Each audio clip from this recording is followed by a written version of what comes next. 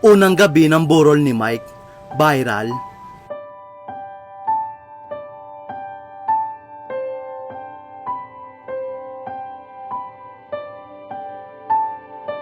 Dinagsa ng mga kilalang personalidad, lalo na sa mundo ng pamamahayag at broadcasting, ang unang gabi o araw ng burol ng batikang broadcaster na si Mike Enriquez. Matatanda ang pumanaw si Mike Enriquez noong Martes, August 29, matapos ang pakikipaglaban niya sa iba't ibang karamdaman. Sa lumabas din na inisyal na ulat, binawian ng buhay si Mike Enriquez habang nasa ICU ng St. Luke Medical Center sa Quezon City.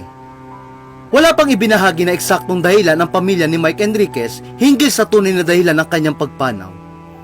Gayunpaman, una nang umugong ang hakahakang na mayapa siya dahil sa cardiac arrest sanhi ng mga dinaramdam niyang kidney disease at sakit sa puso. Samantala, dinala na nga kahapon August 31 sa Christ the King Parish